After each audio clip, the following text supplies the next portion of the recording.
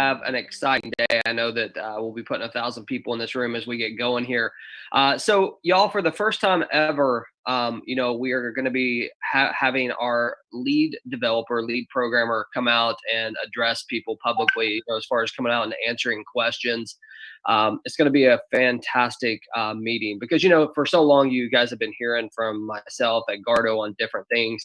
But today you get to hear the person that, actually behind the code, as far as writing the code and things like that. So very, very excited about that.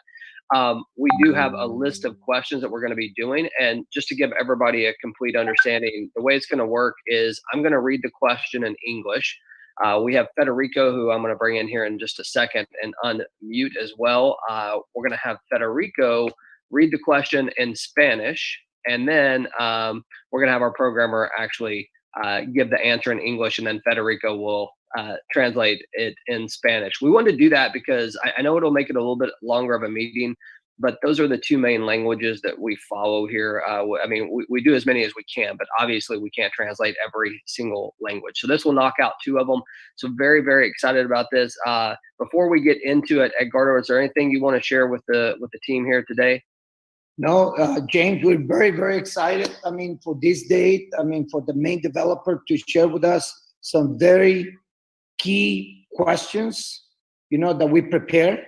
So I know we have leaders here probably over, 50 countries. I know we have people from Asia, Africa, South America, US, Mexico. So no, we're ready to rock, my friend. Okay, well, I'm going to go ahead and start recording here. Let's make sure. Federico, are you out there, my friend? Yes, I'm here, James. Hi, everyone. Good morning. How is it going? Right. Oh, man, very well. How about you? I'm doing great. Okay, so Federico, I guess you heard the process there. What I would like to do is I'm going to read the question in English. You can read the question in Spanish, and then our lead developer here will come out and answer the question in English. Okay, so I'll just let everybody know up front, just for the protection of our lead programmer and developer, he's not going to be on camera. We're not going to be saying his specific name because we don't want people, all around the world trying to contact him and be all over him. We want to make sure that he has complete, time and what he needs to do what he's doing. So it will be very, very obvious that he is the one that developed this. So it'll be really cool. So, all right, let's see here. I'm going to unmute. S, are you there where you can hear me? Yes, I can hear you. Okay, perfect. All right. So we're going to rock and roll here. Federico, I'm going to start with this very first question, which is a very, very easy question. So the idea, just so everybody knows, is, we have several things that we're going to be doing, as far as these questions are concerned, but we're going to start out with just some basic knowledge, so you have an understanding of what we do. So the first one is just, how long have you been programming? Personally, I've been working in the. Sorry. Yeah, sorry. My bad. No problem, man. You got it on the boot of your tongue. Well, bueno, muchachos, buenos días. Básicamente lo que acaba de decir James es que tenemos una mañana muy excitante respecto a la posibilidad de que ya tenemos en la sala al jefe de programadores de todo el equipo de desarrolladores de Share.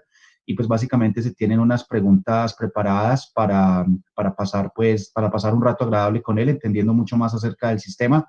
Y de otro lado, pues también hay una mención, digamos, de seguridad en la cual pues la identidad de él no va a ser revelada, obviamente, porque pues muy incómodo sería que todas las personas pues se pongan en contacto con él y a preguntarle cosas alrededor del mundo. Y entonces pues esa no es la idea, pero sí nos vamos a dar cuenta que en efecto es la persona realmente pues que desarrolló el código con el que funciona Share. Entonces vamos a hacer lo siguiente.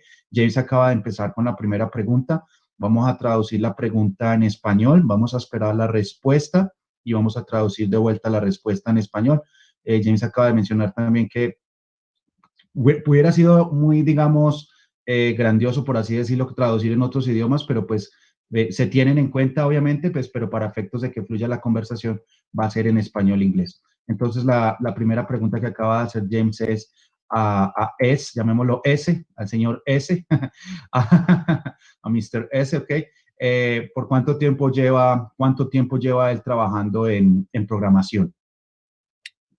Go ahead, S. Okay. So yeah, as I said, I've been working in the industry for over 2 decades now.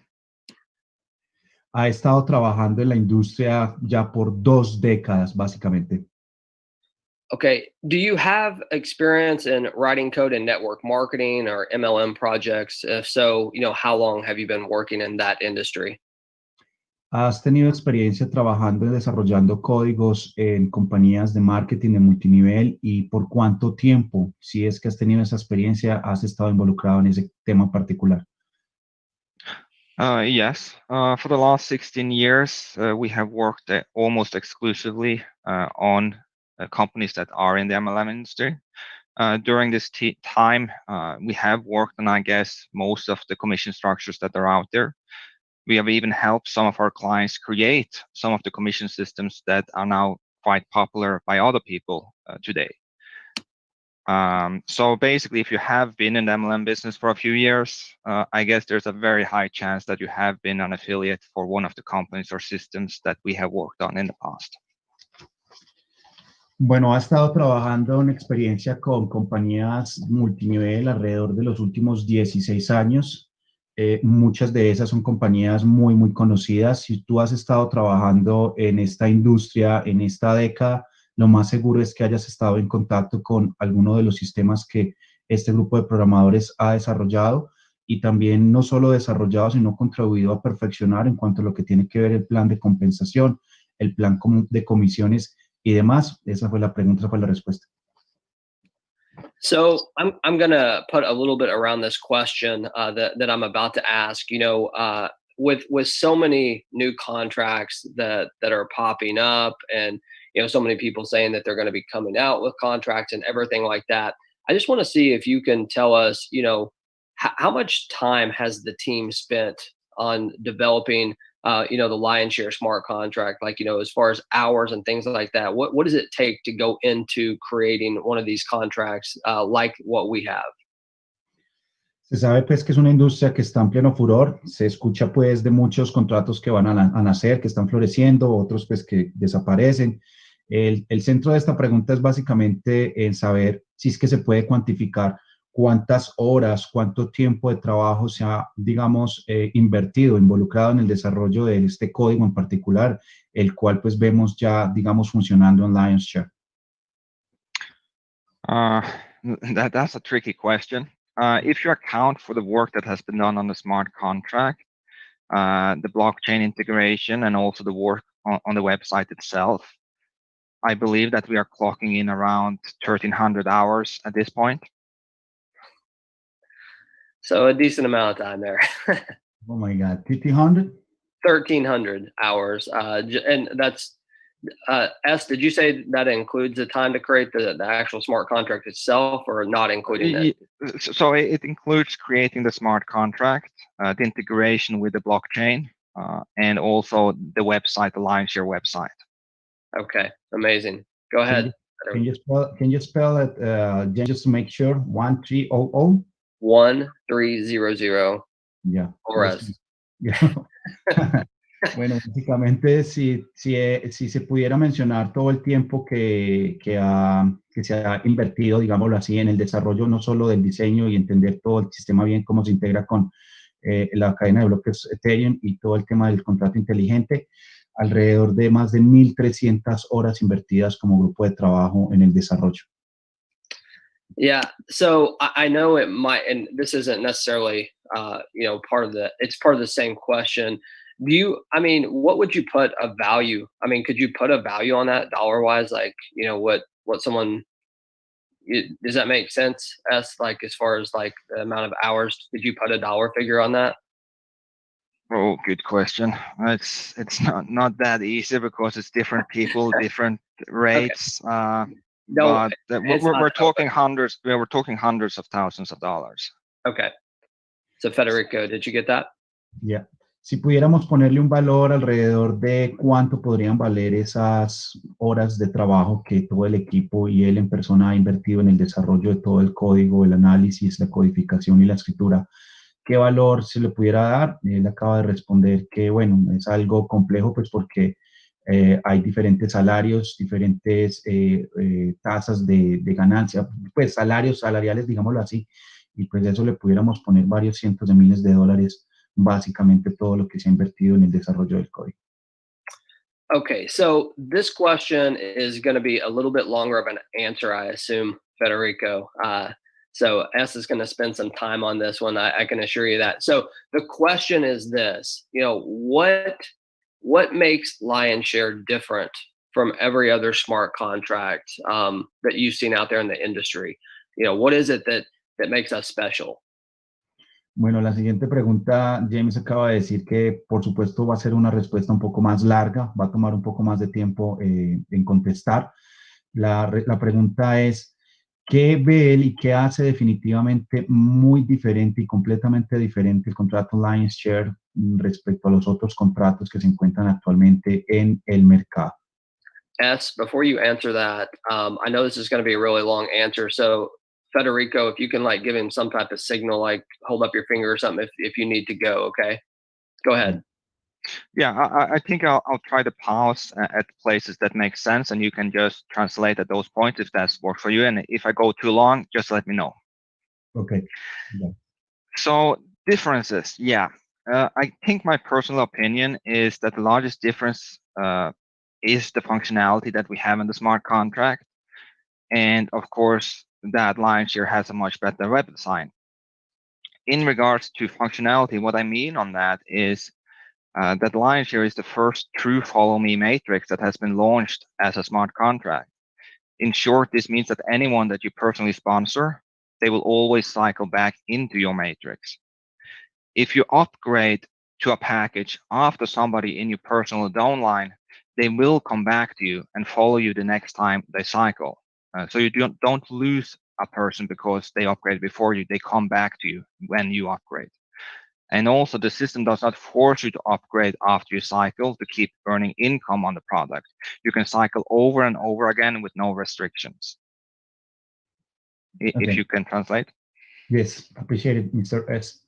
Bueno, básicamente la respuesta es, desde la parte, hay grandes diferencias. Empecemos por quizás la más importante, es el tema de la funcionalidad de lo que tiene que ver con el sitio web.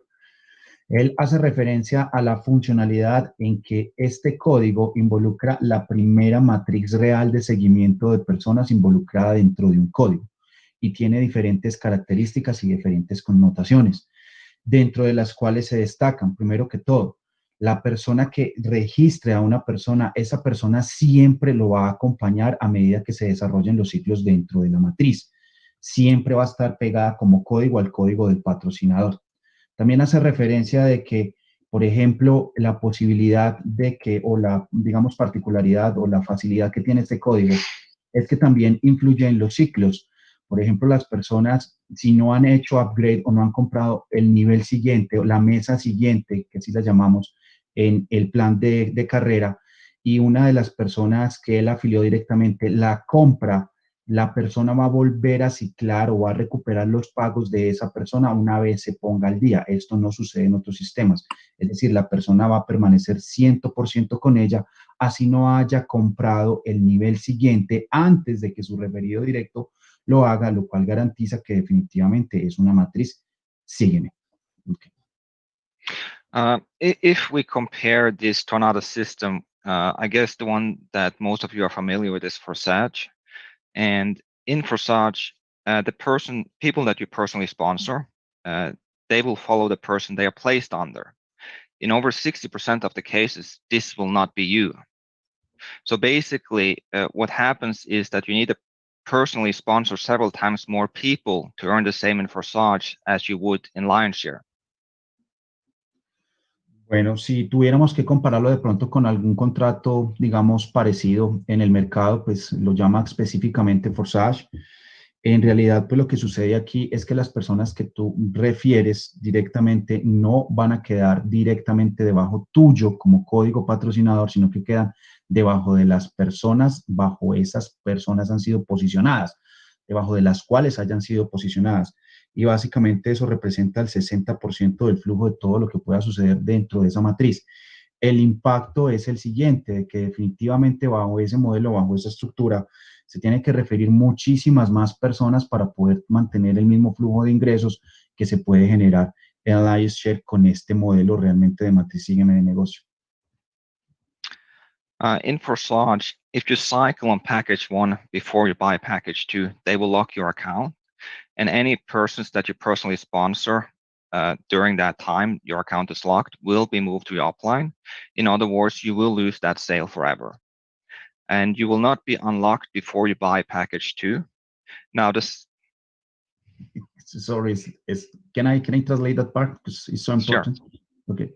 En Forsage, por ejemplo, si tú no haces actualización al paquete siguiente, entonces vas a perder la venta directa que hagas en ese nivel porque tu cuenta de cierta manera queda bloqueada. Por ende, todos los ciclos, tu cuenta queda temporalmente deshabilitada y todos los registros que lleguen a esa posición se van a ir con tu patrocinador, lo que significa es que los vas a perder literalmente para siempre. Okay. You will not be unlocked before you buy package 2. Now, the second your cycle in package 2, they will lock you again, and you need to buy package 3 to unlock, and so on between all the packages. Y ese evento lo menciona, sucede no solo en la mesa o canasta número 1, sino que va a suceder en la mesa número 2. Si tú no usas los recursos para comprar la mesa número 3, tu posición en la número 2 quedará bloqueada y va a pasar la misma situación y consecuentemente se va a repetir esa misma situación en cada uno de los niveles. Si no los usas para actualizarte, para hacer subida o compra, digámoslo así, del siguiente nivel, va a quedar la cuenta restringida. With LionShare, you decide when you can afford to upgrade. The system will not force you to decide if you should spend the money to unlock the next package so that you can keep earning, or spend the money earned to provide for your family. En LionShare, básicamente, tú no estás forzado a hacer nada que vaya en contra de lo que tú quieres hacer.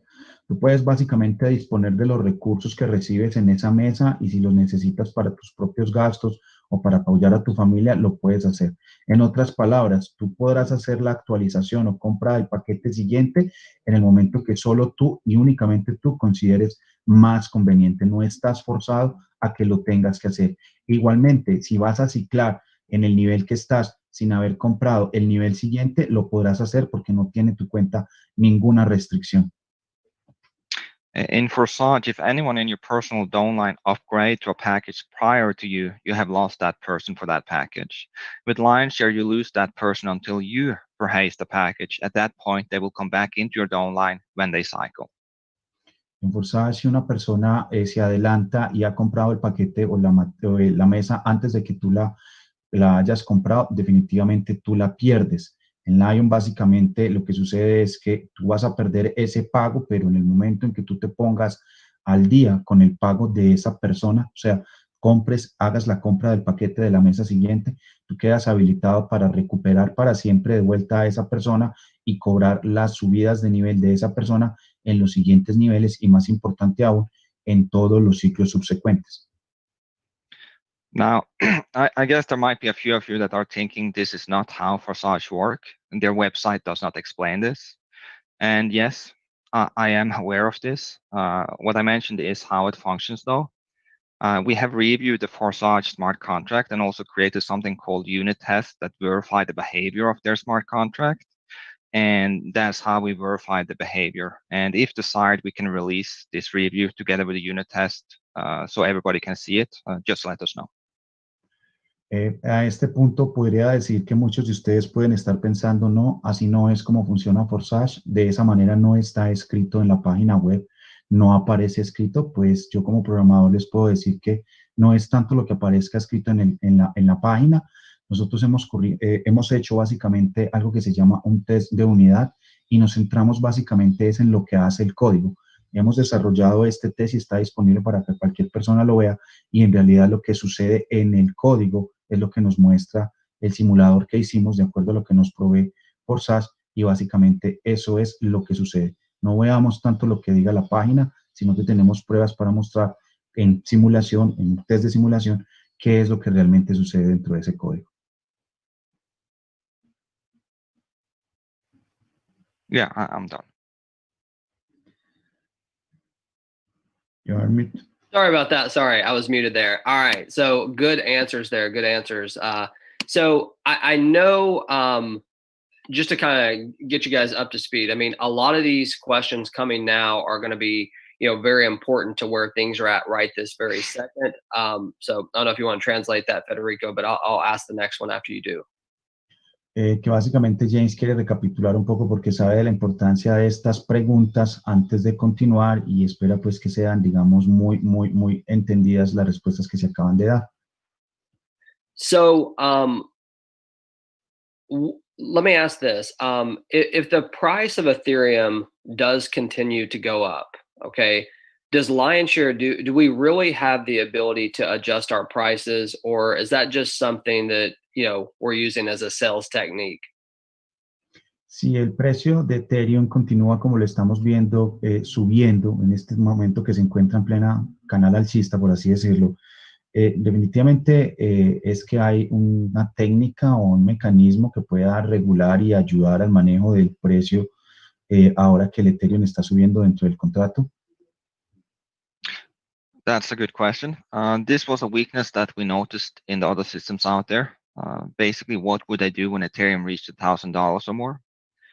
With this in mind, we looked into if this was a problem we could solve, and we were able to do it. So yes, the smart contract has the ability to adjust the package prices. Esto es básicamente una debilidad que nosotros encontramos en los otros contratos inteligentes que se encuentran en el mercado. Si, por ejemplo, el precio del Ethereum llega a rondar o alcanzar los $1,000 por Ethereum, básicamente habría una gran, digámoslo así, un cambio bien importante al ser. Nosotros analizamos esto desde un principio y hemos implementado una manera para solucionarlo mucho antes de que ocurra. Si la respuesta a esa pregunta debe ser sí, sí, el contrato tiene la habilidad de ajustar los precios a medida que el Ethereum continúe subiendo de precio. Okay, this one should be an interesting question. So you're going to want to get this one good. So I know since we've launched, there's been many so-called experts, people out there that are saying, there's bugs in the system. The programming team is taking extra fees from the contract. All types of rumors going around. I just want to see if you can kind of address that, because I think that that's a big one, because there's a bunch of experts out there right now. Esta es una pregunta muy buena. Dice básicamente, pues ahora que salió el contrato y que pues aparentemente hay una cantidad de expertos en blockchain que han aparecido de la noche a la mañana, la pregunta es, todos estos expertos dicen que el contrato tiene unos bugs, unos códigos mal indexados, unas líneas que no funcionan bien, unos trucos, unos huecos, algo que no funciona bien. De hecho, pues han llegado a manejar rumores y a decir que los costos, digamos, adicionales, no tanto en el gas como en otras situaciones, es para beneficio único y a particular del programador. Entonces, ¿qué le pudiéramos decir a toda esa comunidad de nuevos expertos en tecnología de leer contratos blockchain? Well, there's a lot of people out there that claims to be expert, but in my experience, the ones that screams the loudest are not. Someone that is an expert in the field would provide proof, in other words, refer to the code, explain what is happening, what is wrong, and so on. There has not been released any video, article, and so on that has anything other than clickbait heading that says something is wrong with Lionshare. In other words, all these accusations that has been thrown at Lionshare is just lies that has been created by the competition that are scared. They will basically try to feed you any lies to get them to join their system instead. Bueno, básicamente menciona que para todos estos que se claman expertos definitivamente en la tecnología, en su experiencia, lo que él ve es que aquellos que hablan más y gritan más son en realidad los que menos muerden. En realidad no ha llegado la primera persona con una prueba real de código escrita en un artículo, con una prueba sólida y fehaciente de referencia de cómo interactúa el código técnicamente para que lo pruebe. En realidad, pues, lo que se ven son una cantidad de acusaciones malintencionadas, quizás de en gran parte de la competencia, pero en su experiencia como programador, ninguno de ellos ha tenido la honra y el deber y la valentía y el coraje de aparecer con una prueba de código que hable exactamente de lo que todos estos expertos recientes dicen tener. El resto prácticamente vienen siendo es como habladurías, porque a él no le ha llegado una sola prueba real en código de que lo que hace el contrato que ellos puedan debatir y mirar y solucionar esté equivocado o esté erróneo. You're muted. I'm sorry, I keep muting because I'm typing over here as well. So just to be clear, you guys don't have a bunch of ways that you're taking extra fees off the smart contract. Is that safe to say? Yeah, it's safe to say anybody can review the contract, and if we actually were doing that, people will be pointing it out. There is people that has the knowledge to read these contracts, and that's not the persons that are screaming out. Okay. Bueno, como para redondear eso, entonces, ¿qué se puede decir acerca de que ellos están tomando beneficios, están sacando, digámoslo así, ganancias, dinero de los costos de manejo del contrato, del gas y de las transacciones? Él dice, pues, en realidad aquí no se ha hecho eso, el código es libre, está expuesto, cualquier persona lo puede auditar. En realidad sí hay personas afuera que son expertos en leer y en revisar y en auditar, y ninguno de ellos ha venido a decir, sí, eso realmente está sucediendo. Cualquier persona pudiera y puede darse cuenta al respecto, y esa no es una situación que esté realmente sucediendo con el contrato y con nosotros. Okay, so this next part is going to be really important, mainly because there's a lot of issues, a lot of questions surrounding gas prices. So, the next few minutes here, we're going to spend on talking about gas prices, educating you a little bit on exactly how it works. Not me, because I'm not the guy to do it, but educating you. And then, so I have some specific questions about gas I'm going to ask. Go ahead, Federico. Bueno, el siguiente tramo de la entrevista es un tramo bien, bien importante. Es un tramo que va a ser dedicado básicamente a hablar el tema del gas a manera de educación para las personas asistentes a la reunión, ¿sí? Porque ha habido mucho mucho tema al respecto. Entonces, quiero tomarme unos minutos para aclarar y para consultar directamente esta parte con él, y pensando principalmente en la educación de ustedes para comprender cómo funciona el tema del gas y los precios que se están manejando actualmente.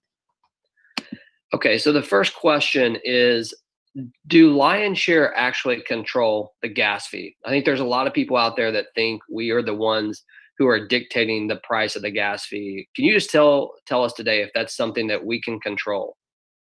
La primera pregunta dice básicamente es, ¿en realidad Lion Share dicta, controla, manipula, maneja el precio del gas? ¿Qué nos puedes decir respecto a eso? Porque hay muchas personas que claman, que piden, que dicen, que hablan, que exigen, que piensan que básicamente Lion Share, el programador, ellos controlan y dictaminan cuál va a ser el valor del gas. ¿Qué nos puedes decir acerca de esto?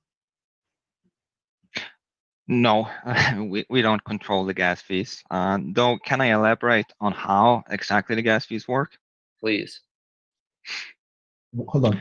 No, definitivamente no. Nosotros no lo controlamos, no lo manipulamos, pero sí quiero explicarles un poco acerca de cómo es que realmente funciona el tema del gas. ¿Me permiten? Okay.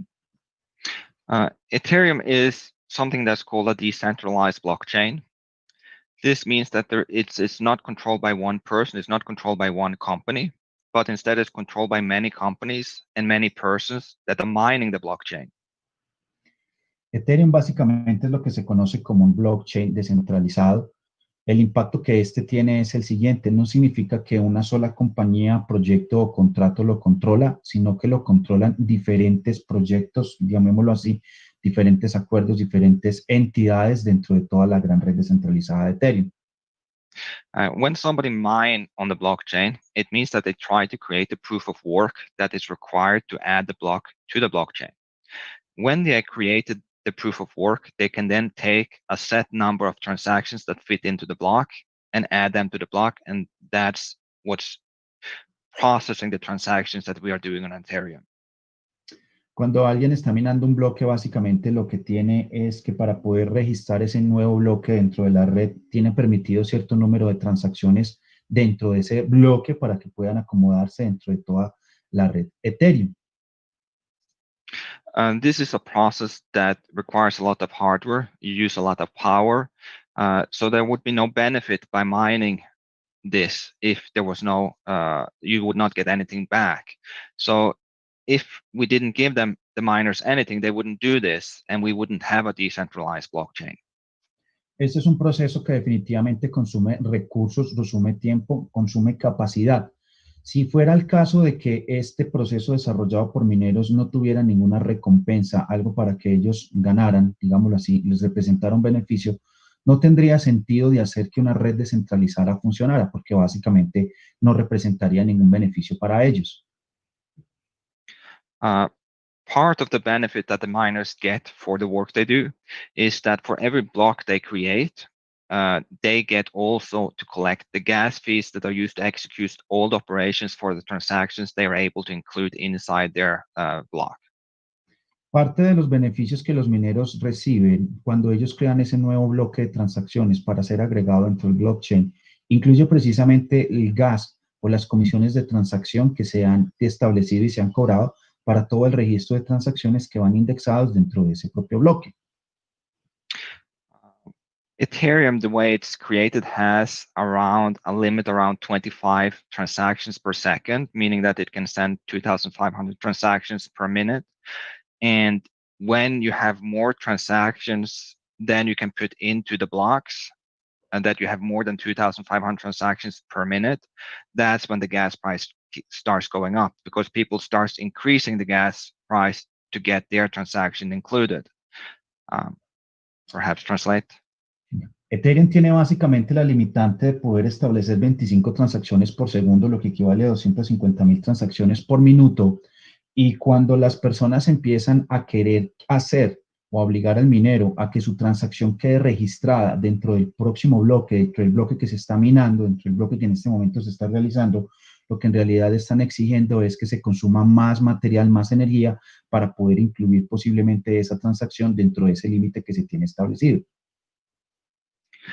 So basically, this means that peak hours at times of the day where there is a lot of transactions, the gas price will go up because people try to get their transactions processed.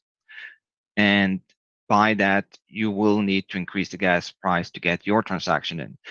But there's other times during the day which doesn't have that much transactions. So the best thing is to do to look during the day and see which time has the best gas prices and just wait if it's too high. Entonces, básicamente, hay, como se puede evidenciar, ciertos momentos o picos o tiempos durante el día donde las personas pues están más propensas a solicitar que sus transacciones se registren, lo cual tiende obviamente entonces a elevar el valor del gas, como ya lo he mencionado. Lo que se puede hacer es analizar, mirar, revisar, observar qué tiempo durante el día es que básicamente se tiende más a subir el valor del gas y pues encontrar también el espacio, porque hay momentos durante el día donde, digamos, no se da esta congestión y las personas hacen menos demanda del registro de transacciones con los mineros y pues entonces esperar y ajustarse, si eso es lo que se quiere, a ese horario donde se pueda manejar mejor una tarifa de gas. So if we look into transactions specifically, one of the differences with Ethereum is that you are required to set something they call a gas limit. And this is the total amount of gas that you allow the miners to use to complete your transaction. It is vital to understand that the miners won't just take all of the gas you offer them. They will only take what is required to complete the calculations of your transaction and then return the remainder of this gas limit back to you. Dentro del manejo de las transacciones Ethereum, es bien sabido y es importante anotar, para que lo recordemos, hay algo que se llama el límite del gas. El límite del gas no es más que básicamente la cantidad de gas que se le permitiría a los mineros cuando una persona envía una transacción tomar como beneficio de la transacción, ¿sí? Pero en realidad no se toma ese valor, sino que se toma el valor correspondiente a la tasa real que los mineros estén pidiendo en el momento. Y lo que sucede es que los mineros toman la porción que necesitan de lo que están ejecutando en el momento y dejan el restante dentro de la transacción para que sea, pues, digamos, quede como disponible para la persona que ejecutó la transacción. For a regular funds transfer, let's say that you just wanted to send money from wallet to wallet, the gas limit that's required for this is 21,000.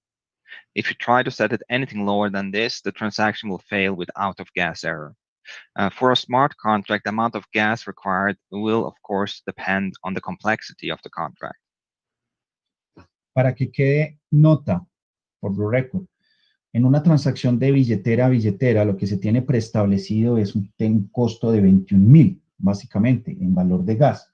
Cualquier cantidad por debajo de esa tarifa, básicamente va a ocasionar que la transacción sea rechazada y aparezca como transacción fallida, transacción errada. No tendrá la más mínima posibilidad de ser procesada. Ahora, cuando se trata de interacción con un contrato inteligente, ya depende básicamente de la complejidad de la operación en las transacciones que deba ejecutar el contrato inteligente. Y eso pues ya puede generar un valor diferente al que significa billetera a billetera.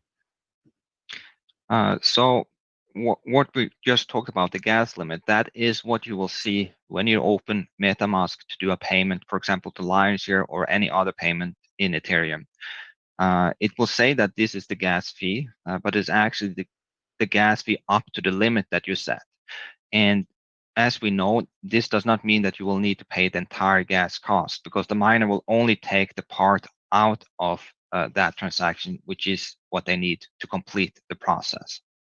Recordemos que este tema del gas límite es precisamente el que te aparece ya sea en la billetera, en MetaMask, en Trust, en cualquier billetera que estés usando, y es la cantidad que te exige, que te muestra la billetera que debes tener disponible para participar, para tener cubierto ese límite de gas.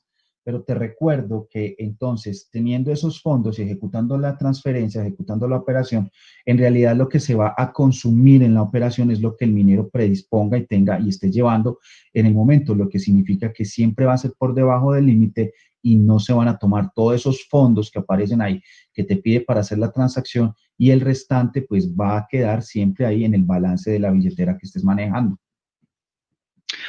On Lionshare, we have a gas limit that we set for the transactions that are higher than what you actually require. And the reason for this is to ensure that the transaction will be successful and that it will not fail with an out-of-gas error.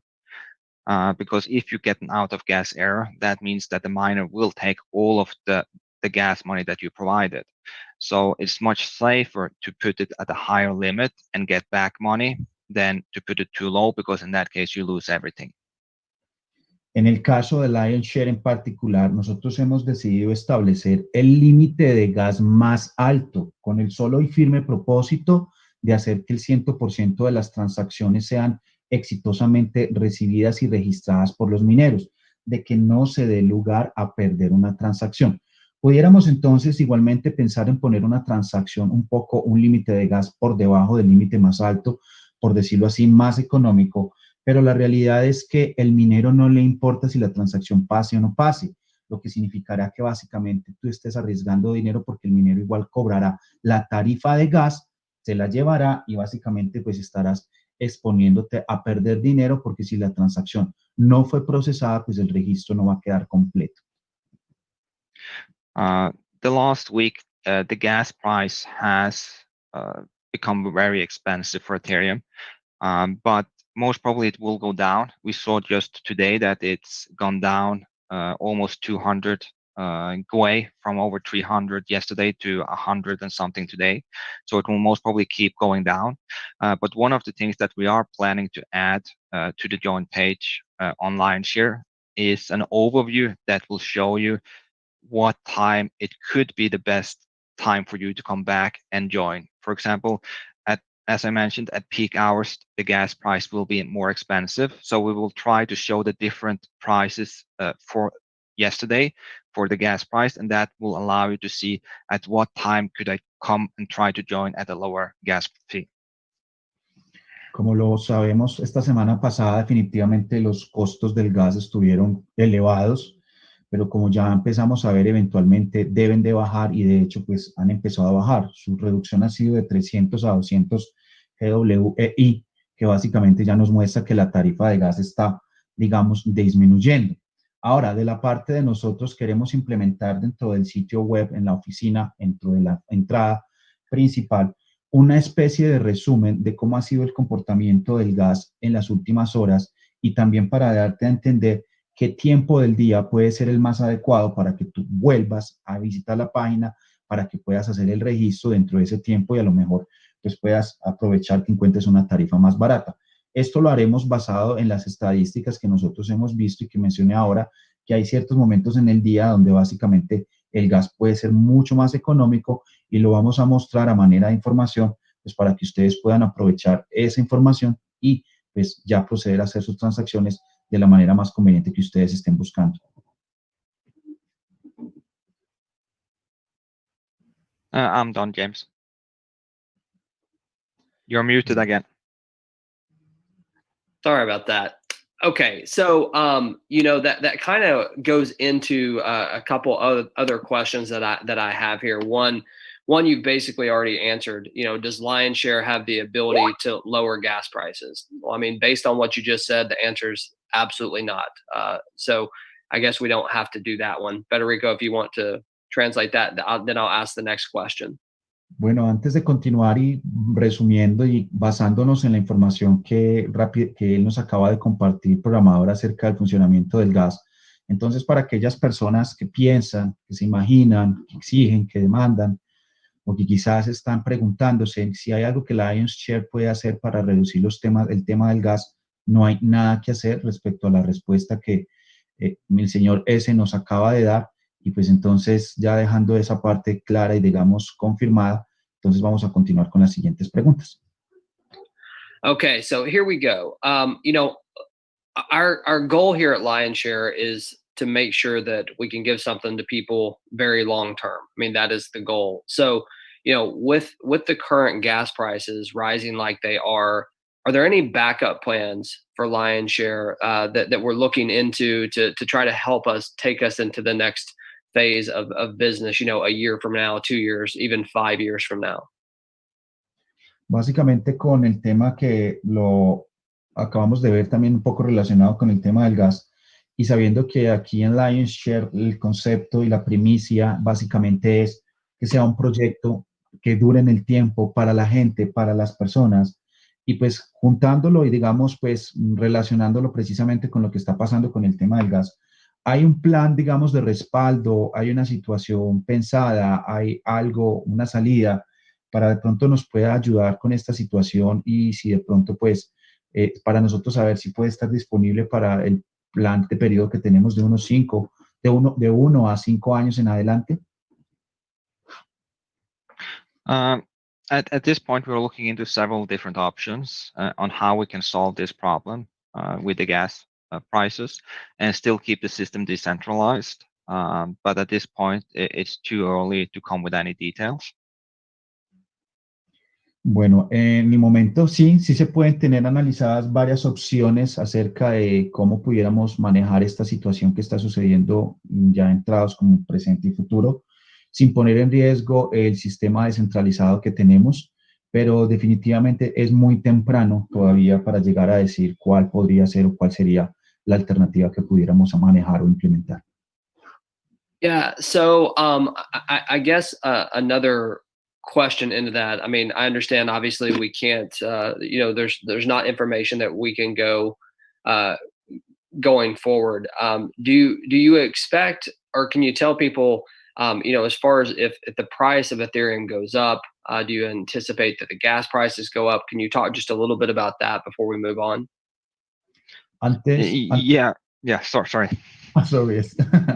Antes de continuar, básicamente, pues sí, como hay mucha expectativa y de pronto puede ser una necesidad de las personas escuchar esto antes de continuar, sabremos si podemos ver que el precio del futuro del Ethereum pues seguirá subiendo. ¿Piensas tú que también lo irá a hacer el mismo tema del gas y también proporcionalmente empezará a subir? De pronto, si quieres compartirnos algo desde tu punto de vista a la comunidad antes de continuar. So basically, the gas fee is tied to Ethereum, and with that, when the Ethereum goes up and down, so will also the gas cost. What is important to understand, though, is that Ethereum is, or the people behind Ethereum, which is an open source coin, is working on solving that problem to allow more transactions than 2,500 per minute. And the second we are able to get more transactions, the gas fee will also go down. At this point, they do not have any time where this will be completed, but it is something that we are looking forward to, and that will basically solve the problem we're having now where the gas cost is skyrocketing because there's not enough ability to process the transactions.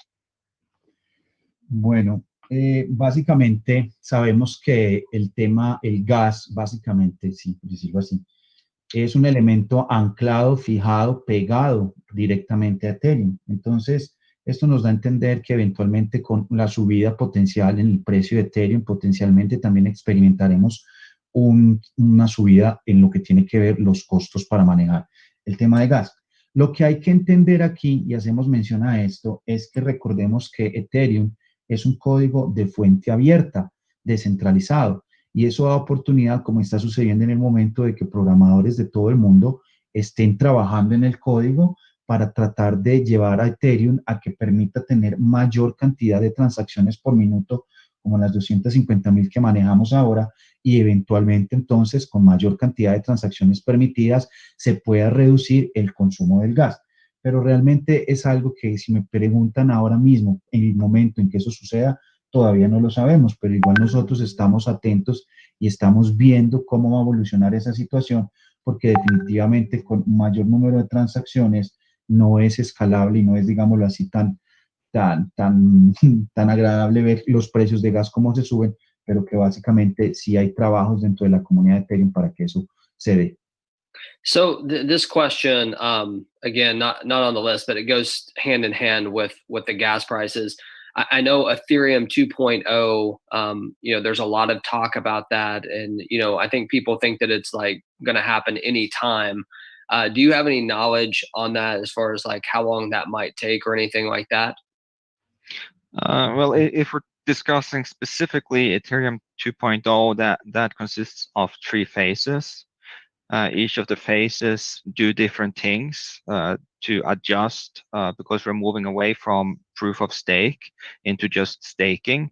And I don't think we have the time on this call to go into all the details here and how this changed, how this works, because it's a big change.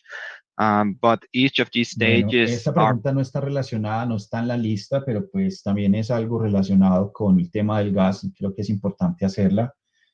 Tienes conocimiento y se ha escuchado, hay rumores, hay información y ya de lo que se sabe de que con el lanzamiento de Ethereum 2.0 pues posiblemente se vaya a mejorar el tema del manejo del gas. ¿Qué sabes tú y qué nos puedes compartir acerca al respecto? Y si tienes de pronto una idea o un cálculo de cuánto tiempo pueda tomar en realidad darse esta implementación. Bueno, la respuesta es, como ya sabemos, Ethereum 2.0 se va a implementar en 3 fases diferentes. Son 3 fases que básicamente lo que van a hacer es ajustar la tecnología actual al nuevo movimiento, al nuevo tecnología de Ethereum 2.0. Sé que nos vamos a mover de básicamente Proof of Work, prueba de trabajo, a lo que va a ser prueba de acumulación, Proof of Stake, pero en realidad sería muy temprano decir un proceso tan grande y tan complejo que se está llevando y que se va a llevar en esas 3 fases, llegar a decir en cuánto tiempo o a estimar, a hacer cálculos que de pronto pueden estar mucho más allá de mi comprensión por el momento. Phase 1 is supposed to be implemented this year before Christmas. Phase 2 next year, and finally phase 3 in 2002. So at the earliest we will have version 2 of Ethereum will be 2002 sometime, if everything goes according to plan. Si todo sale de acuerdo a lo que se está planeado con el desarrollo del ajuste del Ethereum 2.0, lo que sí sabemos es que la fase 1 se estará terminando para diciembre de este año, del año 2020. La fase 2 estará terminándose en el año 2021 y pues la fase 3 se estará terminando en el año 2022. Si todo sale como está planeado, pues no veríamos un Ethereum 2.0 no antes del año 2022. All right, so let's go on to the next one here. Oh shoot, sorry, I have a bunch of screens open. Okay, so the last question, and then we'll kind of potentially take some more. So we're only 1 month into this contract, almost 1 month, just a couple of days from being 1 month. I mean, it really does seem like it's been like a year. So, what are some of the areas that you see that are that we can improve on inside of the contract and the system? What can we expect going forward? Like maybe some things that are, about to come out and things like that. Is there any information you can give on things like that? Bueno, esta quizás es la última, pero pues pueden surgir otras preguntas. Sabemos que y ya vamos a completar es tan solo un mes en el mercado desarrollando este contrato y para muchas personas pues ya parece que se lleva años, que llevamos 6 años desarrollando este proyecto. De pronto, pues desde tu punto de vista, si tienes algo que nos puedas decir, no sé si respecto al código, respecto al sitio, a la interfaz, demás, en que se pudiera mejorar y de pronto también pues con nuevas actualizaciones, ¿qué podríamos esperar para los próximos meses si nos quieres compartir algo al respecto? Yeah, it's less than a month, but it has been for us that has been working on this project. It's been a long journey so far. For the future, there is several things that we are looking into. Bueno, definitivamente es menos de un mes, recordemos que es menos de un mes, pero para nosotros definitivamente ha sido un camino mucho más largo el tiempo que llevamos trabajando con el contrato. Y sí, claro que sí, hay unas situaciones, hay unos elementos que definitivamente estaremos mirando y estamos mirando para el futuro. This includes providing recognition for the leaders, adding Telegram notification, looking into adding training product, setting up a better support system, and other things. Bueno, esto puede incluir lo siguiente. Básicamente, sí está establecido que pronto podremos disponer de un sistema de reconocimiento para los líderes, las personas que están impulsando y moviendo el proyecto. También la implementación de un robot, de un bot en Telegram, anclado y trabajando directamente con la interfaz del sistema. Unas herramientas para proveer entrenamiento y capacitación relacionadas y también algo que tiene que ver con lo que sería apoyo, soporte, centro como de soporte y de asistencia. Eso es lo que les podría mencionar. If there is something that you feel is missing, let your leader know and they will pass it upline to us. I can't promise that everything requested will be implemented, but we will consider it. Si definitivamente tú que estás aquí piensas que pueden agregarse otras cosas, pues estás llamado y sería muy bueno que lo compartieras, ya sea a través de tu directo, a través de cualquier persona y nos lo hagas llegar. Sería muy interesante. Lo que sí te diría es que no puedo prometerte que todas las peticiones que se puedan hacer definitivamente sea para nosotros llegar a implementarlas fácilmente. Okay, awesome. So, if you don't mind, what we are going to do is allow maybe a couple people, a couple leaders that might come up and have a question that maybe we didn't ask. I'll just tell you if it's something that you can answer, great. If it's something that doesn't make sense to answer, you just simply say that that's not something you're going to answer at this time, because these will be questions that I didn't give you in advance as far as being able to understand.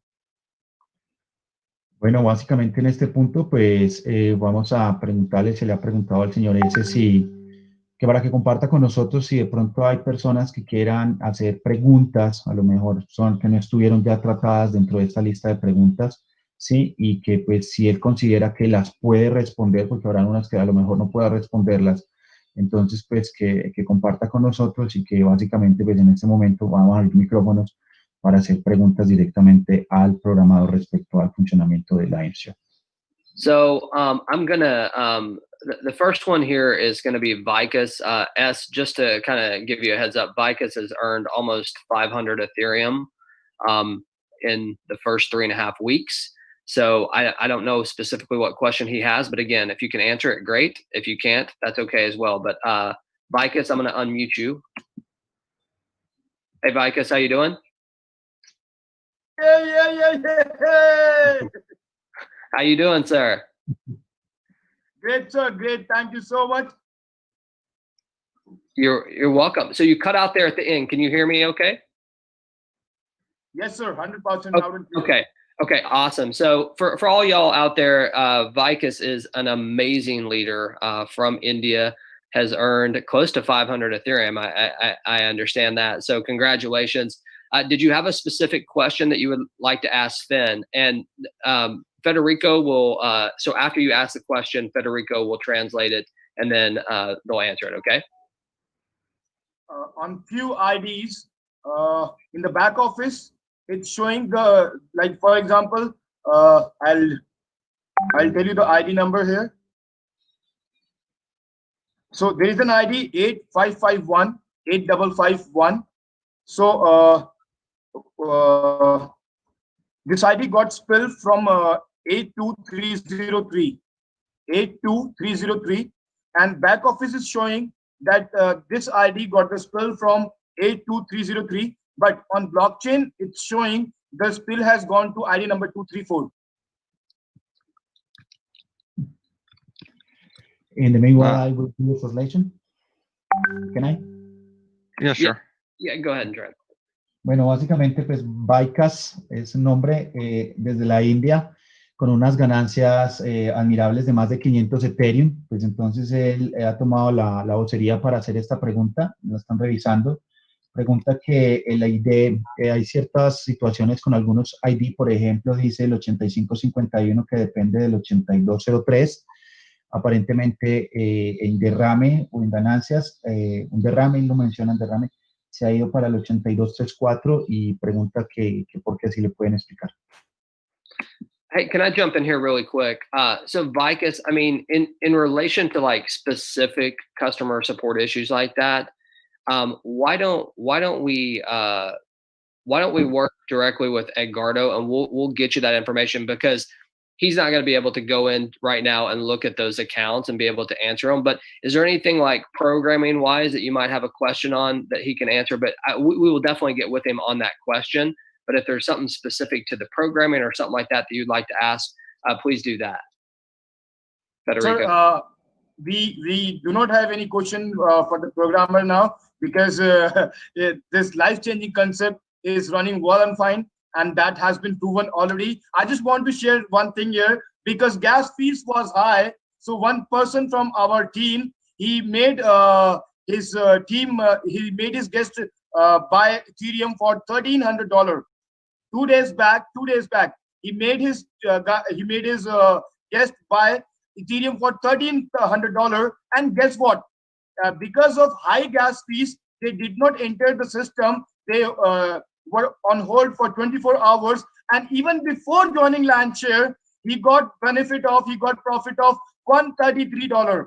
I mean, that's amazing. That's so amazing. Like, because of Landshare, he bought this Ethereum, and because of Landshare, even before entering Landshare, this guy made $130 from price hike of Ethereum. Isn't that wonderful, sir? Well, Vikas, man, I love your energy. I really do. And it is awesome. And Federico, I don't know if you want to Yes, it is. We should. Definitely we should. Vikas, bueno, James le dice que básicamente si son de pronto cuestiones específicas con códigos y situaciones así, sería muy importante verlo pues ya en una manera, en una reunión privada, de pronto con Edgardo, lo menciona James, pues porque de pronto no le va a dar el tiempo suficiente al programador que está acá para que revise. Entonces le pregunta que si tienes aspectos generales o consideraciones importantes, digamos, del tema del código dentro de la funcionalidad para revisar, si tiene alguna pregunta para que la compartamos y aprovechemos al programador en ese momento. Y Vikas ha dicho que no, que en realidad no tiene ninguna pregunta. Vikas ha dicho que definitivamente el código funciona perfectamente y muy bien. Además, dice que quiere compartir una experiencia que tuvo recientemente con una persona que iba a ser parte del equipo, la cual pues compró Ethereum a principios de semana, Ethereum por debajo de los $400, pero por el tema del gas decidieron esperar porque estaba muy elevado para poder hacer el registro, y pues ya hoy, sin haber hecho siquiera el registro, esta persona que compró el Ethereum, todo debido a querer participar en el programa Share, pues está viendo una ganancia de más de $130 en sus Ethereum todavía sin registrarse, y que a él le parece definitivamente muy asombroso, espectacular, de que la gente haya ganado todavía sin ni siquiera participar en el programa, pero todo a causa de la invitación a participar en el programa, en el contrato Share. Well, thank you so much. S, let me ask you this. What do you think of Mr. Vikas being able to earn close to 500 Ethereum in just, 3.5 weeks? What do you think about that? It's impressive. It shows great leadership and ability to lead the people under him. And most probably a lot of the people under him has made a significant amount of money as well. Yeah. So congratulations, Vikas. Thank you so much for coming out and your energy, man. As I say, it's always off the hook. We appreciate everything that you're doing. Thank you so much, sir. This thank you from the behalf of everyone from Team Vikas Rajput from Team Asia. And can we just unmute here our blockchain, Mr. Blockchain, like he's the trainer in our team, and the credit goes to him of our success, because in the hard times even he was there, he was standing there, he was educating people about everything he can, and that is the reason for our great success here, Mr. Blockchain. Yes, I will definitely unmute him. Go ahead, Federico. Bueno, básicamente sí, le preguntaba al señor S qué pensaba de los resultados que ha compartido el señor Vikas desde la India, de tener 500 Ethereum al menos en menos de 30 días del lanzamiento. La respuesta es impresionante, definitivamente unos números que hablan muchísimo del liderazgo y de la capacidad de manejar el equipo de personas que él tiene debajo de su estructura. Y lo más importante es que es consciente y él dice que a lo mejor muchísima más gente está generando, toda la gente que está debajo de él ha generado ingresos, lo cual hace que el sistema pues sea algo digno de admirar. Y Vikas ahora en respuesta dice que sí, efectivamente, pero que todo eso se debe básicamente a un trabajo en equipo, una preparación que se ha hecho, tiempo que se ha tomado en capacitar, enseñar, que ha sido a cargo en especial a la persona llamada el señor Blockchain, y básicamente pues el señor Blockchain ya le van a dar la oportunidad de que comparta algunas apreciaciones. All right, so AB, are you there? Mr. Blockchain, can you hear me? Yes, sir. James, how are we doing? Very, very well. So I know this is you have a lot of experience in blockchain and things like that. What did you think about hearing from our lead programmer here today? Is there anything that you would like to ask, or any comments? That would be great. Yes, absolutely. And it's my honor. I always wanted to have a direct interaction with the lead developer. So I got this opportunity, and thanks to you, thanks to all, whole team. For making such a great compensation plan, such a great smart contract. Although, yes, we are facing such, gas fee challenges. And this is something which, where we cannot have any control over it. I mean, this is something, we haven't thought about this. We did not have such experience having such a huge congestion on Ethereum network. So am I allowed to interact with the lead developer one-on-one on this meeting? Am I allowed to do that? Are you allowed to interact with them one-on-one where now? Yes. I mean, you can. He's here. Yeah, you can definitely say something to him. Let Federico translate really quick before you move on. Okay, Federico.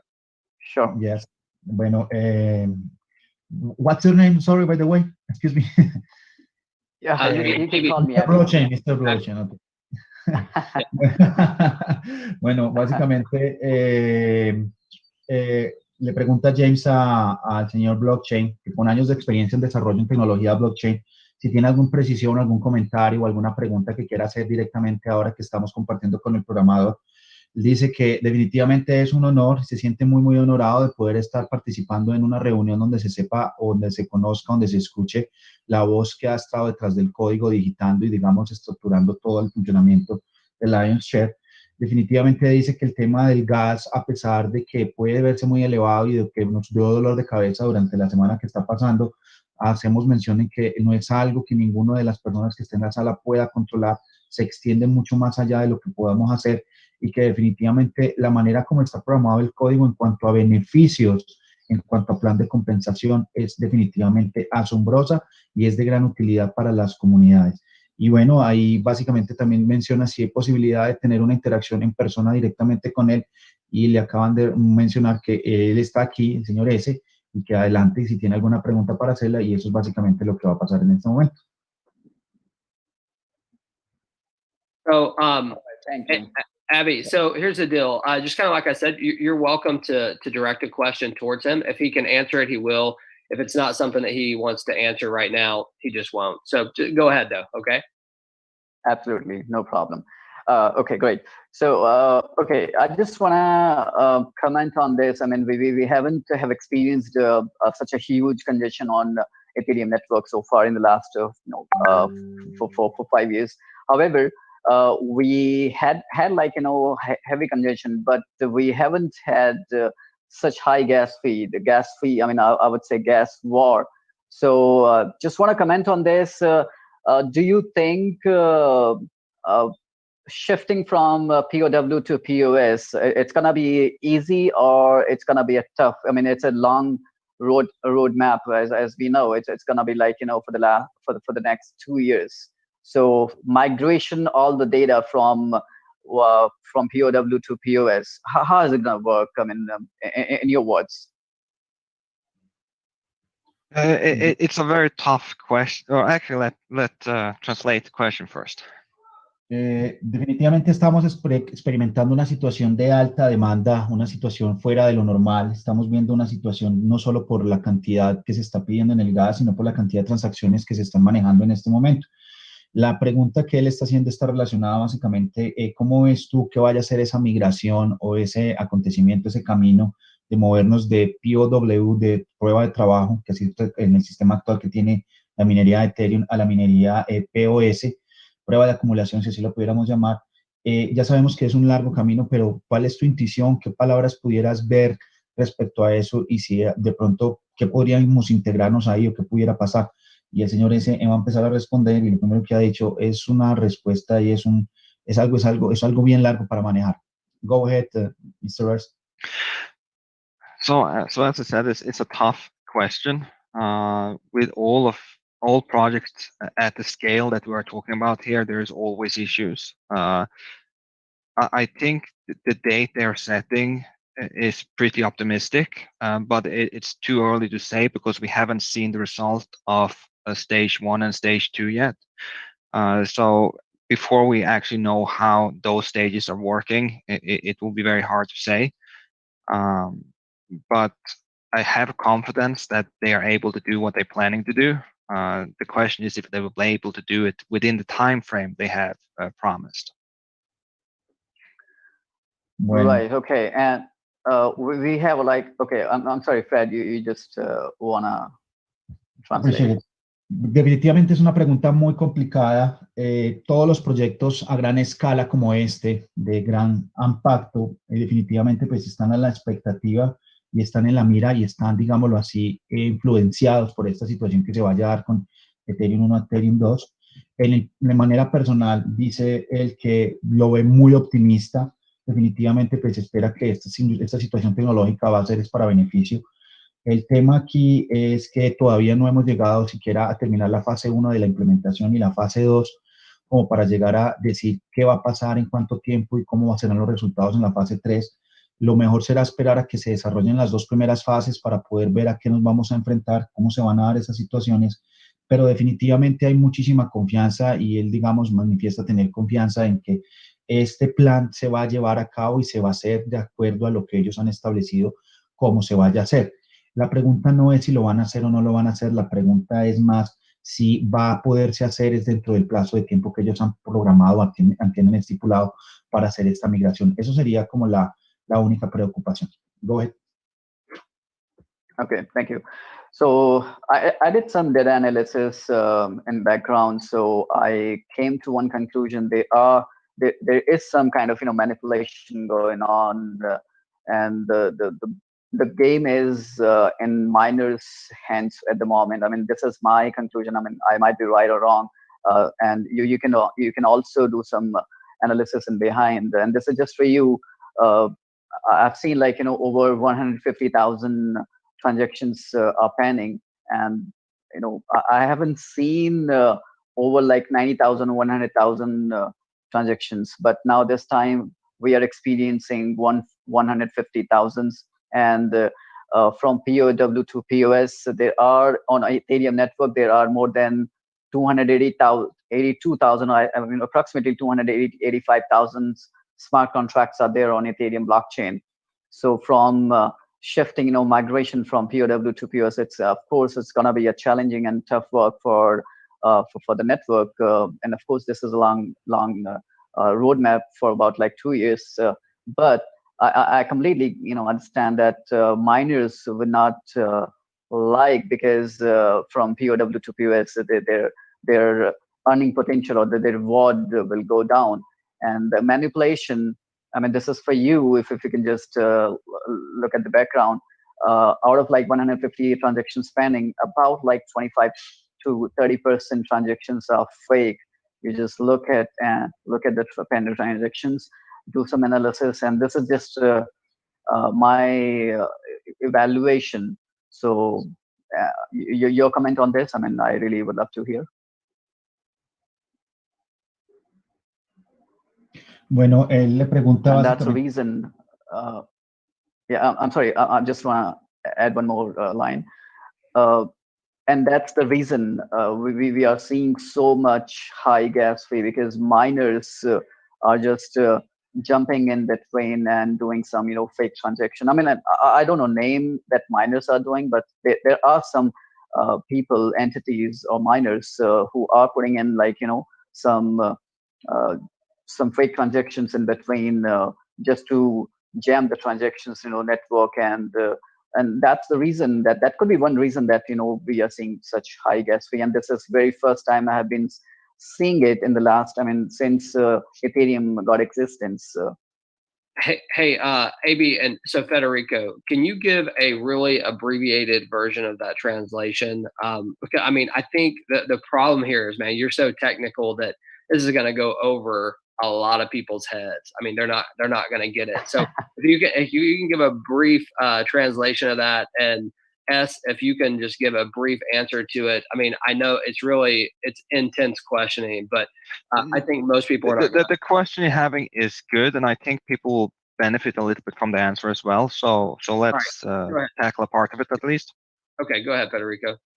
Bueno, él acaba de preguntar lo siguiente. Según su punto de vista, rápidamente dice James, para que no se haga tan complicado, porque pues es la parte técnica y de pronto va a estar muy por allá de la comprensión del público en este momento, es el tema de que quiere saber escuchar la opinión respecto a su punto de vista como programador del señor S, relacionado con el tema de gas, en cuanto él ha visto que nunca antes en la red de Ethereum se habían visto tal cantidad de transacciones en pendiente. Estamos hablando de más de 100.000 transacciones que van quedando en pendiente. Según la intuición o el análisis que él hace, podría estar equivocado, podría no estar equivocado. Se puede ver cierta manipulación de parte, quizás, puede que sí, puede que no se atreve a decirlo. Quisieras observar, hacer un análisis acerca del tema, acerca precisamente de los mineros, porque los mineros se van a ver de cierta manera vulnerados cuando se haga la migración al Ethereum 2.0, donde no van a ganar por el mismo sistema de compensación en minería, y de que quizás eso es lo que se está experimentando en el momento como una cierta manipulación para tratar de que no se procesen transacciones, queden represadas y se pueda sacar la mayor tajada de cierta manera del mercado. No está seguro si sí o si no, y quiere saber de pronto qué opinión le da el señor X al respecto. So for anybody to be able to control the blockchain, they need to have a majority of the mining pool. At this point in time, there is nobody that has the majority that are allowed to decide who are allowed to use and who are not allowed to use the blockchain. What is happening is that the miners decide themselves on what transactions they want to include. So a miner might pick whoever they would like to include, and of course they will include, in most cases, the persons that are paying the highest fees. But in some cases, the miners are also running other businesses on the Ethereum blockchain in addition. So they will include their own transactions with zero fee because they can do that as the miners. Bueno, como se sabe, la mayoría del poder de minado en una red blockchain, particularmente de esta, la va a tener la entidad o el minero que tenga el mayor control sobre el pool de minería. Y este no es el caso en la red de Ethereum. No hay una entidad, una persona o un minero como tal que ejerza más del 50% del poder de minado de toda la capacidad de cómputo de la red blockchain Ethereum. Lo que puede pasar ahora desde su punto de vista es que, y como lo sabemos, los mineros sí determinan qué transacción van a aceptar de acuerdo a la escala de pago. Ellos pueden escoger quién es el que está pagando más, digámoslo así, el que está ofreciendo mayores beneficios para ellos, y tomarlo como beneficio número uno, o sea, ordenarlo y pasarlo a primera lista, primera fila para procesarlo. Lo que también sabemos es que puede pasar y está pasando de que no solo los mineros se encargan es de procesar transacciones, sino que tienen otros negocios implícitos que corren también dentro de la red de Ethereum y que a lo mejor están relacionados directamente con el trabajo de ellos, de la minería. Y a lo mejor esas transacciones no salen con costo de minado, no pagan gas, no pagan digamos, ningún fee adicional, ningún costo adicional. Y lo que puede pasar también es que ellos simplemente le están dando prioridades a sus propios negocios para el minado, digamos, más rápido de las transacciones que ellos quieren, pero pues eso es lo que se atrevería simplemente a decir. Esperaríamos a ver. Many miners, if they see a transaction cannot be completed, they will not mine it. The reason for that is because if they mine it and it runs out of gas, they will just take the mining fee and you won't get anything back from it. So there's multiple miners that doesn't process those by default because they see they can't be processed. The main problem is that a lot of the wallets out there that people are using to pay with have a very bad calculation of what is the current gas fee and what is the recommended gas fee at this point in time. Because if, for example, everybody is paying 200 GUI in gas fee and you send a payment on 100 GUI as gas fee, that means that you will not be included before the average gas fee goes down to 100. And that could lead you for pending for days before that happens, or it will just time out. El tema aquí es que sí se sabe y muchos de los mineros ven el tema del gas y cuando analizan lo que se está poniendo de límite para hacerse, ellos en realidad ni siquiera toman la transacción, a pesar de que lo pudieran hacer, porque ellos simplemente sabrán que esa transacción no va a ser registrada, no va a ser procesada, pero igual ellos tienen el derecho de llevarse en el límite del gas o el tema del gas por el minado de la transacción. Pero la realidad es que muchos de los mineros ni siquiera lo hacen porque saben que esas transacciones se van a quedar ahí en pendientes y van a congestionar la red y no van a solucionar y no van a ser útiles para nadie. En realidad no lo harían.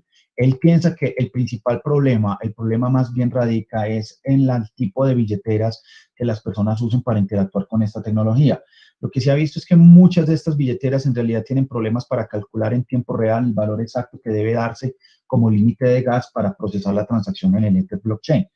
Por ejemplo, si el cálculo normal ahora que puede mostrar el Etherscan es de 200 GWI y básicamente la billetera no lo ha calculado, no lo ha tomado, no lo ha actualizado y te muestra como un cálculo del 100 GWI, básicamente lo que va a pasar es que se va a pedir esa transacción, pero esa transacción ni siquiera va a alcanzar a figurar y esa transacción va a quedar relegada en el bajo rango de transacciones que van a quedar en pendientes para procesar, porque no está cubriendo ni siquiera con el mínimo promedio que se tiene establecido en toda la red de Ethereum para entrar. Y eso consecuentemente va a terminar en que básicamente esa transacción va a estar en pendiente por días, quizás semanas, sin que se pueda dar una solución respecto a eso y todo debido al mal cálculo que hace la billetera desde la cual se envía esa transacción.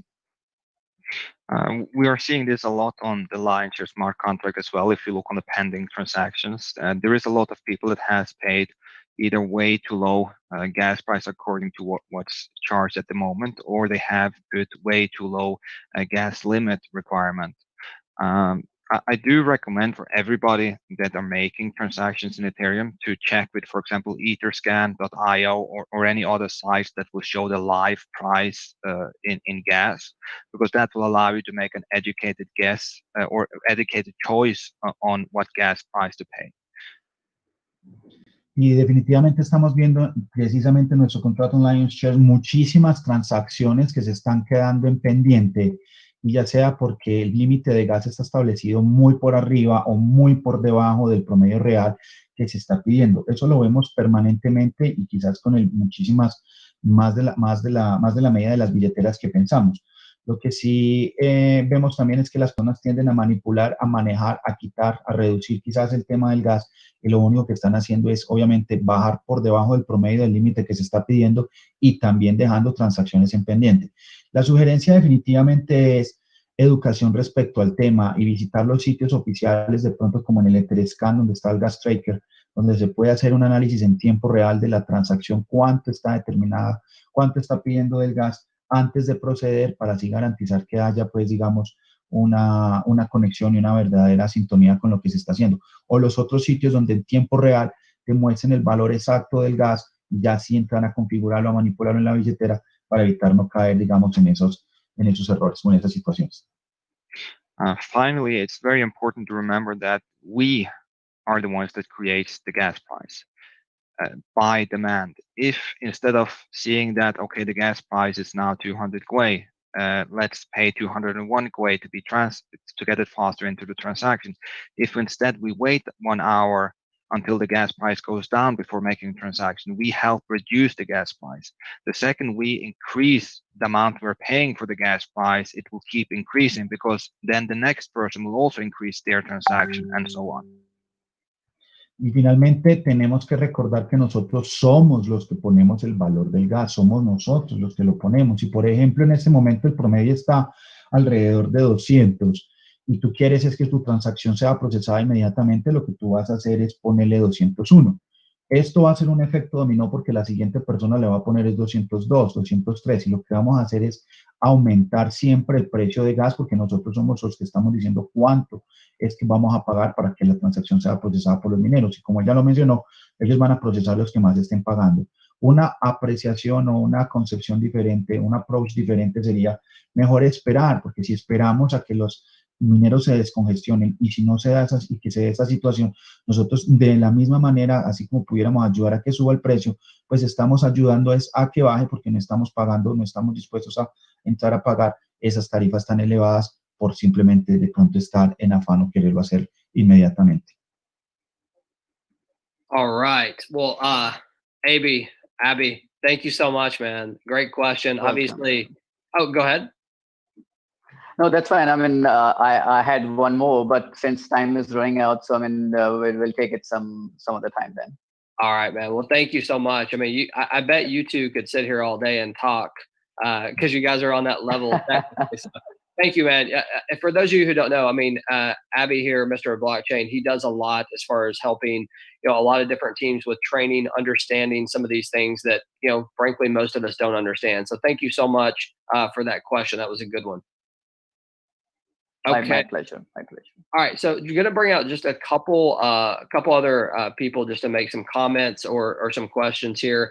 The next one's going to be David here. Let's see. David, are you where you can come out and say hello? Sir, thank you very much. Hey, this is a great call. I think something really valuable came out too about the Forsage thing, and it'd be great if you guys could do something simple, quick, that really breaks it down. Why they're different, and they are different because I never realized how much they took from your hard work, right?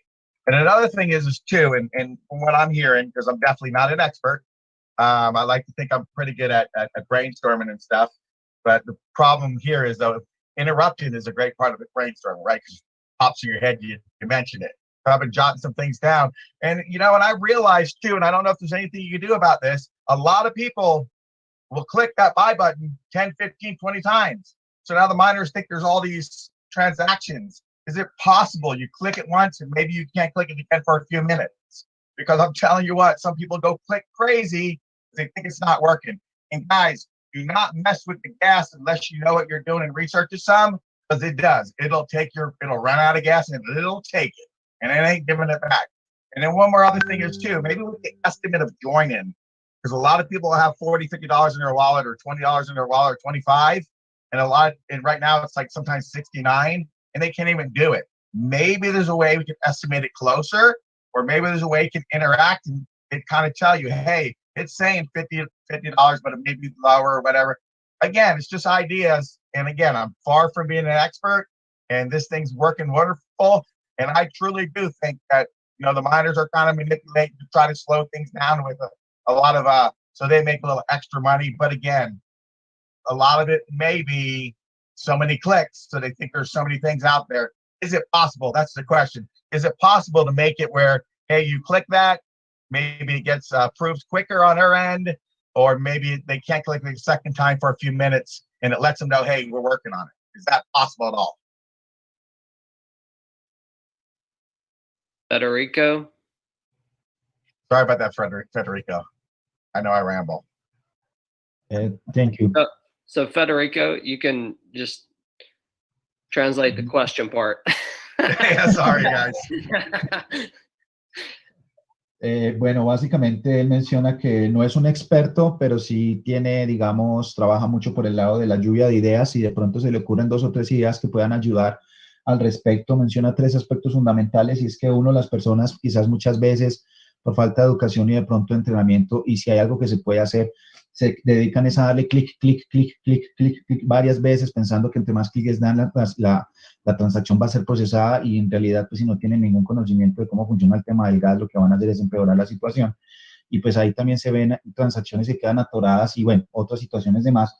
Y lo otro es, dijo, de pronto no habrá manera de, menciona él, de que de pronto cuando eso se esté dando y el gas esté alto, de que el sistema o se pueda arrojar o se pueda hacer algo, él lo dice, simplemente es una idea, no es muy técnico, muy experto en el tema, dice que pueda simplemente como sacar un mensaje y decir, pues sí, espérate, el gas está muy alto, vuelve a calcularlo en media hora, en una hora, como una especie como de advertencia, estamos trabajando en ello, calma y vuelve más tarde para ver si lo podemos procesar o vuelve en 3, 4 horas de acuerdo al tiempo que se está dando o a las horas pico para que de pronto pues se pueda facilitar un poco la labor de las personas que les cuesta y se les hace difícil de manejar ese tema.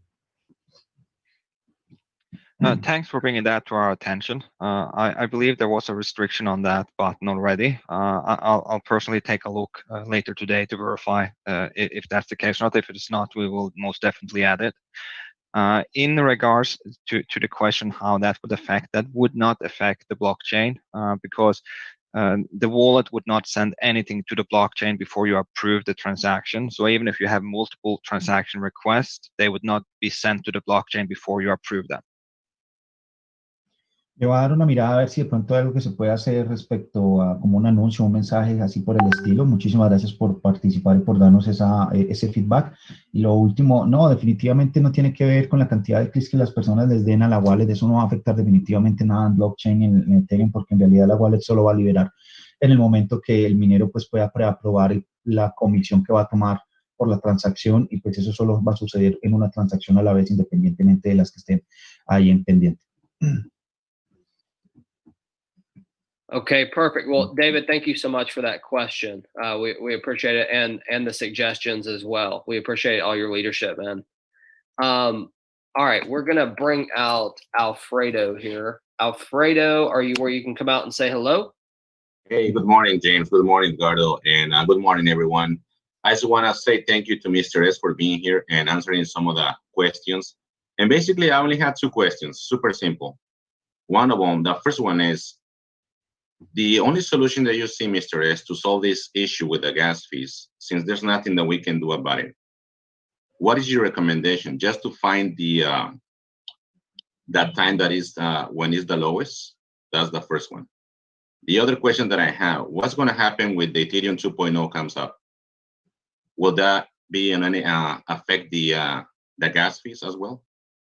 Because that's what I want to know pretty much, and what we can do about it to on regards to the gas fees. Is there anything that we can do from your point of view for everybody who's here? Because that's what we are interested in, to know how we can proceed with this. What will be your point of view in regards to that? That is it. I just want to know that. Go ahead, Federico. Hola, Alfredo, ¿cómo estás? Muy bien, Federico. Bueno, en resumen, las 2 preguntas que hace Alfredo son las siguientes, al punto, al dente, directamente. Pregunta si entonces no hay una solución que se pueda manejar con el tema del gas, a excepción de mirar en qué momento del día es que es más apropiado hacer la transacción. Si esa es la recomendación o si hay otra recomendación, ¿cuál sería específicamente esa? Y la 2 es, bueno, el interés que se viene con el Ethereum 2.0 es básicamente qué va a pasar cuando él salga. ¿Será que el tema del gas entonces se va a mejorar, se va a reducir? ¿Cómo es que tendremos nosotros que interactuar respecto a eso? ¿Cuál realmente será el cambio que tendremos que enfrentar en esa situación? ¿Cómo nos impactará a nosotros, que nos afecta? Entonces, si hay algo que pueda colaborarnos en responder esas 2 preguntas, adelante. If we take the question regarding Ethereum version 2 first, when it finished moving to the version 2, it will drastically reduce the gas cost, mainly because they are increasing the number of transactions you can do per minute, but also because they're doing the calculations in a different method than compared to how they're doing it today. So it will not be that hardware requirement. Comencemos por la segunda pregunta, respecto al lanzamiento de Ethereum 2.0, lo que sí es cierto es que se va a reducir drásticamente el consumo de gas, el valor del gas, y se debe básicamente a dos situaciones. La primera, como lo mencioné, es que se va a aumentar el permitido, el mínimo de transacciones, el límite de transacciones que se van a poder manejar por límite de tiempo, eso va a ayudar. Y la segunda radica en que básicamente la manera en como es calculado también ese gas va a ser completamente diferente, lo cual va a afectar de manera positiva a los usuarios de la red en cuanto menos gas a tener que pagar. In regards to the current gas cost, my strongest recommendation is looking at what the time period is. And as I mentioned, that's one of the things we will try to add to the join page as soon as possible, that describes the last 24 hours, when was the cheapest, because that will allow you to see when could I perhaps come back to make the purchase at a cheaper price. Because if we just look at the current gas price, the average is 211 GUE.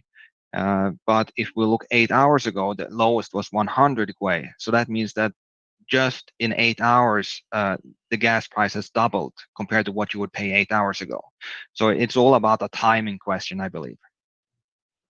Y respecto a la primera pregunta, definitivamente mi recomendación más fuerte y será más, digamos, más aseverada, va a ser definitivamente revisar el tiempo de la transacción. ¿Por qué? Pues porque, por ejemplo, si tenemos en un esquema de tiempo, un periodo de tiempo de 24 horas, y en el cual nosotros, por ejemplo, como lo acabamos de hacer ahora, revisamos, en promedio está alrededor de las 211 GWI, pero hace 8 horas estaba alrededor de 100 GWI.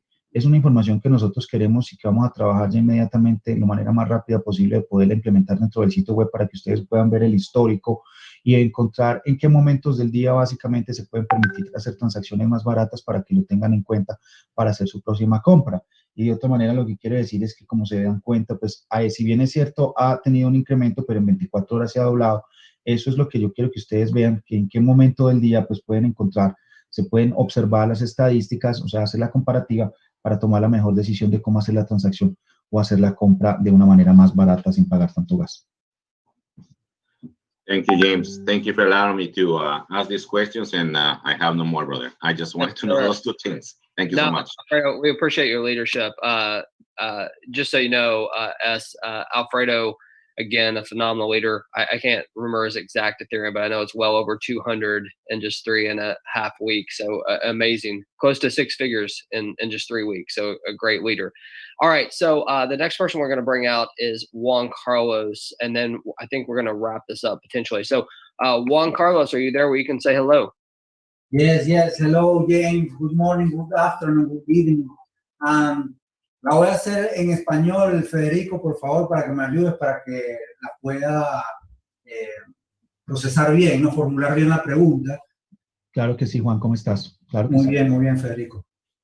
He escuchado hablar mucho del gas y en mi caso, no sé si el programador lo sabe o muchas personas que están acá han experimentado la experiencia que yo he experimentado. Muchas personas de mi equipo hemos puesto el gas cuando está muy elevado, pero en realidad no se cobra ni el 40%. Ayer lo hice con una directa mía de Taiwán y el gas era una inscripción, una de 0.04, y el gas le estaba marcando 0.18. Y lo hicimos en vivo y le cobró aproximadamente $17 de gas nada más. Entonces, quería preguntar al programador si tenía esto al tanto y también colaborar con esta sugerencia que yo lo he venido viviendo y lo he venido practicando con mi equipo. Okay. Well, basically, guys, the question here is like Juan is saying that basically he's noticing and he's realizing that even though that the limit gas is kind of high, you know, he was trying to make a purchase yesterday, as he was saying, and for instance, it has a value of 0.18, and for one, you know, for the cost entry, which is actually, as we already know, 0.4, and at the end, it just took from the wallet like $17. So he's saying basically that if you guys are aware about that, and if there is something that we can add up to try to fix that. That's what basically he said. So yeah, what you're seeing there is what's basically the gas limit. The problem with a smart contract is that you cannot calculate beforehand how much gas it will specifically use. Because of that, the gas limit that we're setting, that you're seeing when you're watching your wallet, MetaMask, Trust Wallet, and so on, will be higher than what you're actually charged.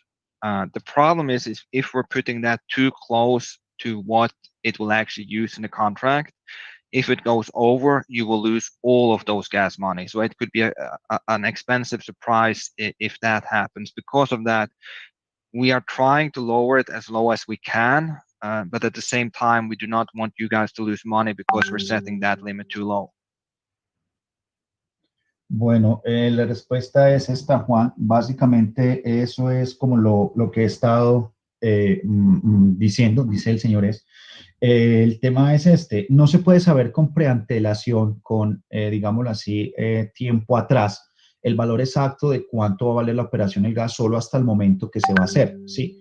Y como lo mencioné, pues en realidad se consume un porcentaje muy por debajo del límite que se establece, que el límite es ese número que tú ves ahí en la wallet, que sea, ya sea MetaMask, sea Trust, que te está pidiendo como mínimo para interactuar. Ahora, nosotros pudiéramos pensar, digamos, en bajar ese límite para que de pronto no tengas impacto visual que tienen las personas de tener que tener un monto tan alto para poder proceder. El tema es de que si lo bajamos, corren el riesgo, uno, de que la transacción no se procese porque no está entrando con un límite de gas promedio del cual se esté manejando actualmente en toda la red. Y segundo, sí o sí, cuando coja la transacción el minero, lo que va a pasar es que sí o sí te va a cobrar el gas y básicamente pues lo que va a traducirse en una pérdida, digámoslo así, consecuente y deliberada de dinero, porque igual la transacción no va a ser procesada, pero tú has perdido los fondos por pagar el gas, aparte de que la transacción quedó y nunca pasó. Entonces, nosotros sí lo bajamos lo más posible que se pueda, pero el límite que nosotros lo bajamos es el umbral que permite exactamente que la transacción se procese. Y siempre que se procese, te vas a dar cuenta, como lo dice Juan, lo que va a quedar ahí realmente fue el excedente, porque el minero no dispuso de todo el monto que se pidió, porque en realidad no se consume todo ese dinero. Eso es básicamente, Juan. Excelente, muchísimas gracias, Federico. Thank you, James. Thank you, Edgardo. Gracias. Thank you, Juan Carlos. Again, Juan Carlos is a phenomenal leader. He's earned over six figures, in his first 3.5 weeks here. It's been amazing. He's got several people that have earned, 50, 60, 70,000 on his team as well. So an amazing leader. What I would like to do right now is bring out Edgardo. Edgardo, I want to see if you have anything that you want to close it up with. We're almost 2 hours into this. So I don't know how much further we want to go with this. Anything you'd like to share or add or? No, James, I think this has been a real good call with Mr. S, the main guy. So I think it was good questions, good answers. Thank you, Federico. Always. Okay, it's not easy, to translate, especially when it comes to codes, programming, or anything like that. So, no, I mean, I think it has been a real good call. We were trying to bring the main guy from Nigeria, but he's not on. I don't see him. I think he has some bad internet because I'm trying to. He has a reply on my text. He was waiting for it, so it's good, Mr. S. Thank you very much, my friend. So no, it's good, James. Yeah, well, first of all, we appreciate it, Federico. Thank you so much for translating. Just like Edgardo said, I know that is some technical stuff to be able to translate. I know you did really well because I had some people telling me. So congratulations, Mr. S. Thank you so much for taking the time to come out to address everybody. I think this call was needed probably a long time ago.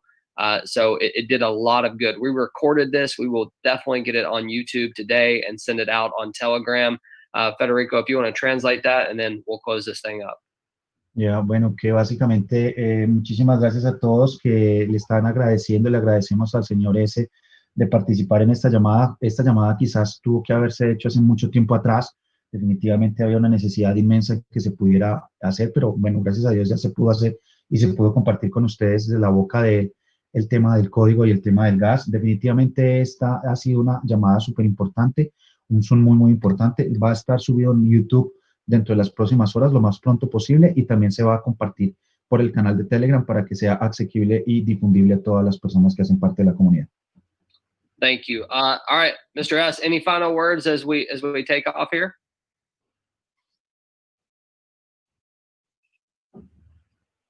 He's mute. Oh, he's muted. Okay, well, I think he's good to go then. Listen, we appreciate everybody taking the time to come out. Have a fantastic day. We will send this out on Telegram very soon. So thank you guys very much. We'll see you on the next one.